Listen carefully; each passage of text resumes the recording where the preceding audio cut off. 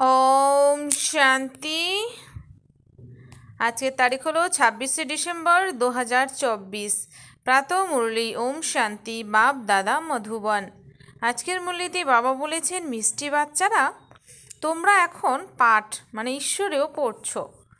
এই পড়াশোনা হলো পতীত থেকে পবিত্র হওয়ার।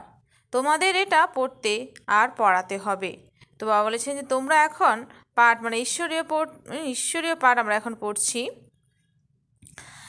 এই পড়াশোনা হলো পতীত থেকে পবিত্র হওয়ার। তোমাদের এটা পড়তে আর পড়াতে হবে। প্রশ্ন: দুনিয়াতে কোন জ্ঞান থাকা সত্ত্বেও অজ্ঞান অন্ধকার রয়েছে? উত্তর: মায়ার জ্ঞান, যার জন্য বিনাশ হয়। মন মানে চাঁদ পর্যন্ত যায়।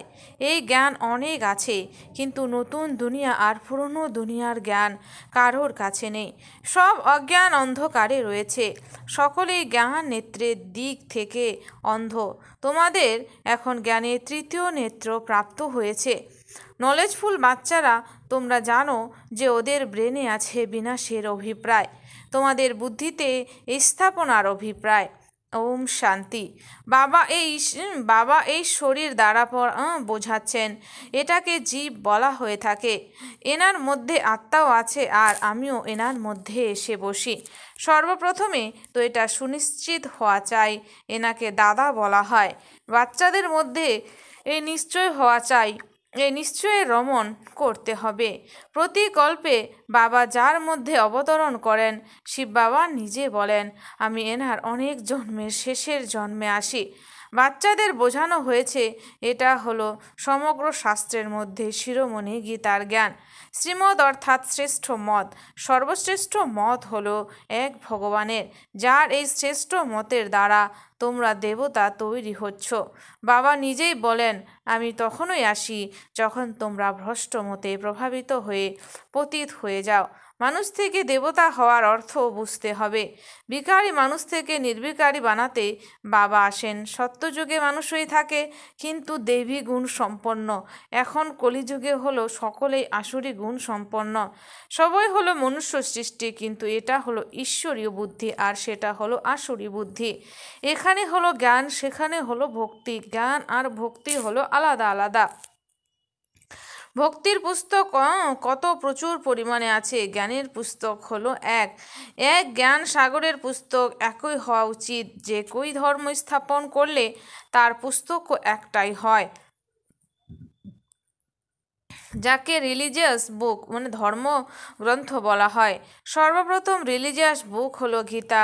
সর্বপ্রথম আদি সনাতন দেবী দেবতা ধর্ম, না কি হিন্দু ধর্ম।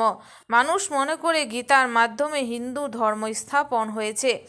গীতার জ্ঞান কৃষ্ণ দিয়েছে। কবে দিয়েছে? অনন্তকাল থেকে। কোনো শাস্ত্রেই তো শিব ভগবানও বাজ নেই।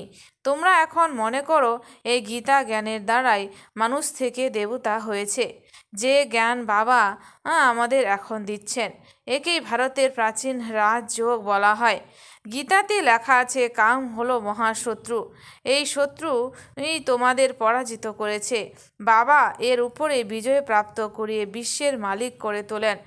অসীম জগতের বাবা এনার ব্রহ্মা দ্বারা তোমাদের পড়ান।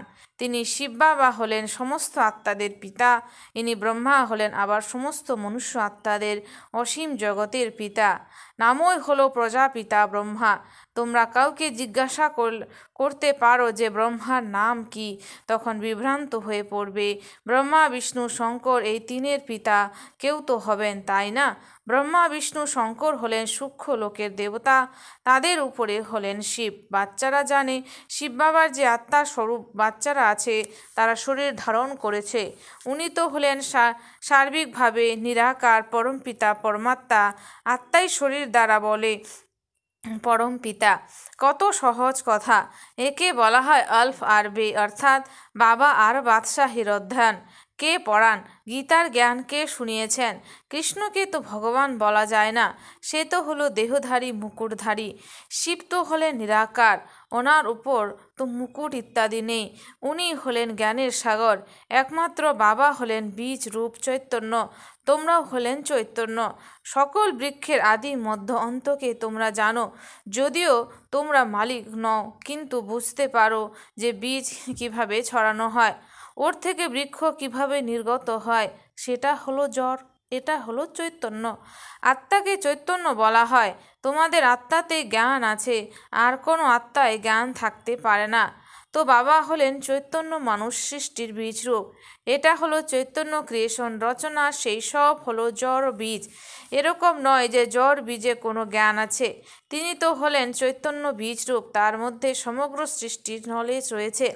বৃক্ষের উৎপত্তি, লালন পালন, বিনাশের সমস্ত জ্ঞান তার মধ্যে আছে।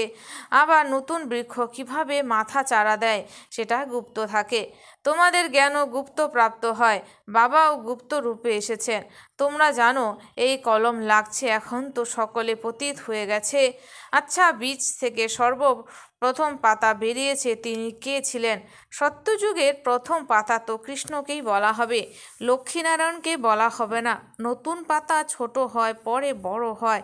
তো এই বীজের কত মহিমা! এটা যে চৈতন্য যদি দ্বিতীয়টি বের হয়ও, ধীরে ধীরে তাদের মহিমা কমে যেতে থাকে। এখন তোমরা দেবতা হচ্ছ, তাই মুখ্য ব্যাপার হলো আমাদের দেবী গুণ ধারণ করতে হবে। এনাদের লক্ষ্মী নারায়ণের মতো হতে হবে। চিত্র আছে, এই চিত্র না থাকলে বুদ্ধি জ্ঞান আসত কী করে? চিত্র অনেক কাজে আসে। ভক্তি মার্গে এই চিত্রের পূজা হয়, আর জ্ঞান মার্গে তোমাদের এই চিত্র থেকে জ্ঞান প্রাপ্ত হয় যে এদের মতো হতে হবে। ভক্তি মার্গে এরকম বুঝতে পারে না যে আমাদের এরকম হতে হবে। ভক্তি মার্গে মন্দির ইত্যাদি কত তৈরি হয়, সবচেয়ে বেশি মন্দির কার হবে? অবশ্যই শিব বাবারই হবে। এরপর আবার ওনার ক্রিয়েশনই রচনার হবে। প্রথম ক্রিয়েশন হলো এই লক্ষ্মীনারায়ণ, তাই শিবের পরে এনাদের পূজা বেশি হয়। মাতারা যারা জ্ঞান শোনায় তাদের পূজা হয় না। বলছে মাতারা যারা জ্ঞান শোনায় তাদের পূজা হয় না, তারা তো অধ্যয়ন করে। তোমাদের পূজা এখন হয় না, কারণ এখন তোমরা পড়াশোনা করছো। তোমাদের অধ্যয়ন সম্পূর্ণ হয়ে গেলে, অধ্যয়নের প্রয়োজন ফুরিয়ে গেলে, তখন আবার তোমাদের পূজা হবে। এখন তোমরা দেবী দেবতা হচ্ছ। সত্যযুগে কি আর বাবা পড়াতে যাবেন? ওখানে কি আর এরকম পড়াশোনা হবে? এই পড়াশোনা পতিতকে পবিত্র করে তোলার জন্য। তোমরা জানো আমাদের যে এরকম তৈরি করেন তার পূজা হবে। তারপর আমাদেরও পূজা নম্বর অনুক্রমে হবে। আবার নামতে নামতে 5 তত্ত্বেরও পূজা করতে লেগে যায়। 5 তত্ত্বের পূজা অর্থাৎ পতিত শরীরের পূজা। তোমাদের বুদ্ধিতে এই জ্ঞান আছে যে এই লক্ষ্মীনারায়ণের সমগ্র সৃষ্টির উপর রাজত্ব ছিল। এই দেবী দেবতারা রাজ্য কিভাবে আর কখন পেয়েছে, এটা কারোর জানা নেই। মানুষ তো লক্ষ বছর বলে দেয়। লক্ষ বছরের ব্যাপার তো কারোর বুদ্ধিতে বুঝতে পারে না, সেই জন্য বলে দেয় এটা পরম্পরায় চলে আসছে। তোমরা এখন জানো দেবী দেবতা ধর্মের লোকেরা অন্য ধর্মে পরিবর্তিত হয়ে গেছে। যারা ভারতে আছে তারা নিজেদের হিন্দু বলে দেয়, কারণ পতিত হওয়ার কারণে দেবী দেবতা শোভা পায় না। কিন্তু মানুষের মধ্যে জ্ঞান কোথায়? দেবী দেবতার থেকেও উচ্চ টাইটেল উপাধি নিজের উপর ধার্য করে। পবিত্র দেবতাদের পূজা করতে গেলে মাথা ঝোঁকায়। তারা দেবী দেবতার পূজা করতে মাথা ঝোঁকায়, কিন্তু নিজে যে পতিত সেটা কি আর বোঝে? ভারতে বিশেষত কন্যাদের সামনে সকলে নত হয়। তো ভারতে হচ্ছে কন্যাদের সামনে, কুমারীদের সামনে সবাই নত হয়। কুমারদের প্রতি তেমন করে না। মেল মানে পুরুষের এর থেকে ফিমেলকে মানে নারীকে বেশি সম্মান করে, কারণ এই সময় জ্ঞান অমৃত প্রথমে মাতাদের প্রাপ্ত হয়। বাবা এনার মধ্যে প্রবেশ করেন। তোমরা এটাও বোঝো যে এই ব্রহ্মা বাবা হলেন জ্ঞানের বড় নদী। জ্ঞান নদীও হয়, আবার পুরুষও হয়। ব্রহ্মপুত্র নদী হলো সবচেয়ে বড়, যা কলকাতার দিকে সাগরে গিয়ে মিশেছে। মেলা ওখানে বসে, কিন্তু তাদের জানা নেই যে এটা হলো আত্মাদের আর পরমাত্মার মেলা। সেটা তো হলো জলের নদী, যার নাম ব্রহ্মা পুত্র রেখেছে। তারা তো ব্রহ্মাকে ঈশ্বর বলে দিয়েছে। সেই জন্য ব্রহ্মাপুত্রকে পবিত্র মনে করে বাস্তবে পতিত পাবন গঙ্গাকে বলা যায় না। এখন সাগর আর ব্রহ্মা নদীর মিলন। বাবা বলেন ইনি ফিমেল তো নন, তবু এনার দ্বারাই অ্যাডাপশন হয়। এটা অনেক বোঝার মতো ব্যাপার, যা আবার প্রায় লোপ হয়ে যায়। আবার পরে মানুষের আধারে শাস্ত্র ইত্যাদি তৈরি করে। প্রথমে হাতে লেখা শাস্ত্র ছিল, পরে বড় বড় মোটা বই ছাপিয়েছে। সংস্কৃতের শ্লোক ইত্যাদি ছিল না। এটা তো এক একদম সহজ কথা। আমি এনার মানে ব্রহ্মা বাবার দ্বারা রাজযোগ শেখাই। আবার এই দুনিয়ায় নিশ্চিহ্ন হয়ে যাবে, শাস্ত্র ইত্যাদি কিছুই থাকবে না। আবার ভক্তি মার্গে শাস্ত্র ইত্যাদি তৈরি হবে। মানুষ মনে করে এই শাস্ত্র ইত্যাদি অনন্তকাল ধরে চলে আসছে। একে বলা হয় অজ্ঞান অন্ধকার। এখন তোমাদের অর্থাৎ বাচ্চাদের বাবা পড়ান, যার দ্বারা তোমরা আলোতে এসেছো। সত্যযুগে হলো পবিত্র প্রবৃত্তি মার্গ, কলিযুগে হলো সবই অপবিত্র প্রবৃত্তির। এটাও ড্রামা। শেষে হলো নিবৃত্তি মার্গ, যাকে সন্ন্যাস ধর্ম বলে। জঙ্গলে গিয়ে থাকে, ওটা হলো পার্থিব সন্ন্যাস। থাকে তো এই পুরনো দুনিয়াতেই। বাচ্চারা, এখন তোমরা যাচ্ছ নতুন দুনিয়ায়। তোমাদের তো বাবার থেকে জ্ঞানের তৃতীয় নেত্র প্রাপ্ত হয়েছে, তো তোমরা কত নলেজফুল তৈরি হচ্ছ। এর থেকে বেশি নলেজ হয় না। সেসব তো হলো মায়ার নলেজ, যার জন্য বিনাশ হয়। তারা মনে মানে চাঁদে গিয়ে খোঁজ করে। তোমাদের জন্য কোনো নতুন ব্যাপার নেই। এসবই হলো মায়ার দম্ভ। খুবই শো করে দেখায়, বেশি বেশি ডিপ বেশি ডিপনেসে যায়, যেন কৃতিত্ব পাওয়ার মতো কিছু করে দেখাবে। বেশি কৃতিত্ব দেখে আবার লোকসান হয়ে যায়। ওদের ব্রেনে বিনাশেরই চিন্তা আসে। কি না তৈরি করতে থাকে। যে তৈরি করে সে জানে এর থেকে বিনাশ হবে। ট্রায়ালও করতে থাকে। বলেও যে দুই বেড়ালে লড়াই করলো আর মাখন তৃতীয় জন খেয়ে নিল। গল্প ছোট হলেও খেলা কত বড়। নাম এদেরই উজ্জ্বল হয়। এর দ্বারাই বিনাশ স্থির হয়ে আসছে। বিনাশ স্থির হয়ে আছে। কাউকে তো নিমিত্ত হতে হবে। যে খ্রিস্টানরা মনে করে প্যারাডাইস ছিল, কিন্তু আমরা ছিলাম না।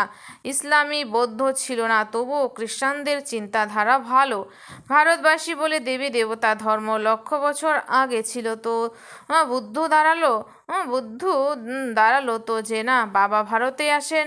যে মহান অভিযোগ হয় তাকেই মহান বিচক্ষণ তৈরি করেন। তবে আবার তাকে স্মরণ করলে তবে। বাচ্চারা, বাবা তোমাদের কত সহজ করে বোঝান। আমাকে স্মরণ করলে তোমরা সোনার পাত্র হবে। এতে ধারণা ভালো হবে। স্মরণে যাত্রাতেই পাপ খণ্ডন হবে। মুরলি না শুনলে তো জ্ঞান উধাও হয়ে যায়। বাবা তো করুণাময় হওয়ার উন্নয়নের উপায় বলে দেন। শেষ পর্যন্ত শেখাতেই থাকবেন। আচ্ছা, আজ ভোগ আছে, ভোগ নিবেদন করে শীঘ্রই ফিরে আসতে হবে। এছাড়া বৈকুণ্ঠে গিয়ে দেবী দেবতা ইত্যাদির সাক্ষাৎ করা সব হলো ফালতু। সাক্ষাৎকার সব ফালতু। এর জন্য খুব সূক্ষ্ম বুদ্ধি দরকার। বাবা এই রথের দ্বারা বলেন, আমাকে স্মরণ করো, আমি তোমাদের পতিত পাবন বাবা। তোমার সাথে খাবো, তোমার সাথেই বসবো। এটা এখানকার জন্য, তো এটা হচ্ছে এই সময়কার জন্য। উপরে কিভাবে হবে? তো বাবা বলেছেন যে উপরে কিভাবে হবে। আচ্ছা, মিষ্টি মিষ্টি হারানিধি বাচ্চাদের প্রতি মাতা পিতা বাপদাদার স্মরণে স্নেহ সুমন আর সুপ্রভাত। আত্মাদের পিতা তার আত্মারূপী বাচ্চাদেরকে জানাচ্ছে নমস্কার। আমরা সমস্ত আত্মারূপী বাচ্চারা জানাই মাতা পিতা বাপ দাদাকে স্নেহ সুমন আর নমস্কার। ধারণার জন্যই মুখ্য সার। 1 নম্বর পয়েন্ট। বাবা এই দাদার মধ্যে প্রবেশ করে আমাদের মানুষ থেকে দেবতা অর্থাৎ বিকারী থেকে নির্বিকারী করার জন্য গীতার জ্ঞান শোনাচ্ছেন। তো বাবা বলেছেন যে বাবা এই দাদার মধ্যে প্রবেশ করে আমাদের মানুষ থেকে দেবতা অর্থাৎ বিকারী থেকে নির্বিকারী করার জন্য গীতার জ্ঞান শোনাচ্ছেন। এই নিশ্চয়ের সাথে চলতে হবে। শ্রীমতে চলে শ্রেষ্ঠ গুণবান হতে হবে। 2. স্মরণে যাত্রার দ্বারা বুদ্ধিকে সোনার পাত্র বানাতে হবে। স্মরণে যাত্রার দ্বারা বুদ্ধিকে সোনার পাত্র বানাতে হবে। সর্বদা এই জ্ঞান বুদ্ধিতে থাকবে। তার জন্য অবশ্যই মুরলি পড়তে বা শুনতে হবে। বরদান: নিজের পজিশনের স্মৃতির দ্বারা মায়ার উপরে বিজয় প্রাপ্তকারী নিরন্তর যোগী ভব। নিজের পজিশনের স্মৃতির দ্বারা মায়ার উপরে বিজয় প্রাপ্তকারী নিরন্তর যোগী ভব। স্পষ্টীকরণ: যেরকম স্থূল পজিশনে থাকা ব্যক্তিরা নিজের পজিশনকে কখনো ভুলে যায় না, সেরকমই তোমাদের পজিশন হলো মাস্টার সর্বশক্তিমান। এটা সদা স্মৃতিতে রাখো আর প্রতিদিন অমৃত বেলায় এই স্মৃতিকে ইমার্জ করো। তাহলে নিরন্তর যোগী হয়ে যাবে আর সারাদিন তার সহযোগ প্রাপ্ত হতে থাকবে। তারপর মাস্টার সর্বশক্তিমানের কাছে মায়া আসতে পারবে না। বলছেন তারপর মাস্টার সর্বশক্তিমানের কাছে মায়া আসতে পারবে না। যখন তোমরা স্মৃতির উঁচু স্টেজে থাকবে তখন পিঁপড়ের মতো ছোট ছোট মায়াকে জয় করা সহজ হয়ে যাবে। যখন তোমরা স্মৃতির উঁচু স্টেজে থাকবে তখন পিঁপড়ের মতো ছোট মায়াকে জয় করা সহজ হয়ে যাবে। স্লোগান: আত্মারূপী পুরুষকে শ্রেষ্ঠ বানায় সত্যিকারের পুরুষার্থী। আত্মারূপী পুরুষকে শ্রেষ্ঠ বানায় সত্যিকারের পুরুষার্থী। আচ্ছা, ওম শান্তি। ধন্যবাদ বাবা আজকের এই সুন্দর মিষ্টি মুরলির জন্য।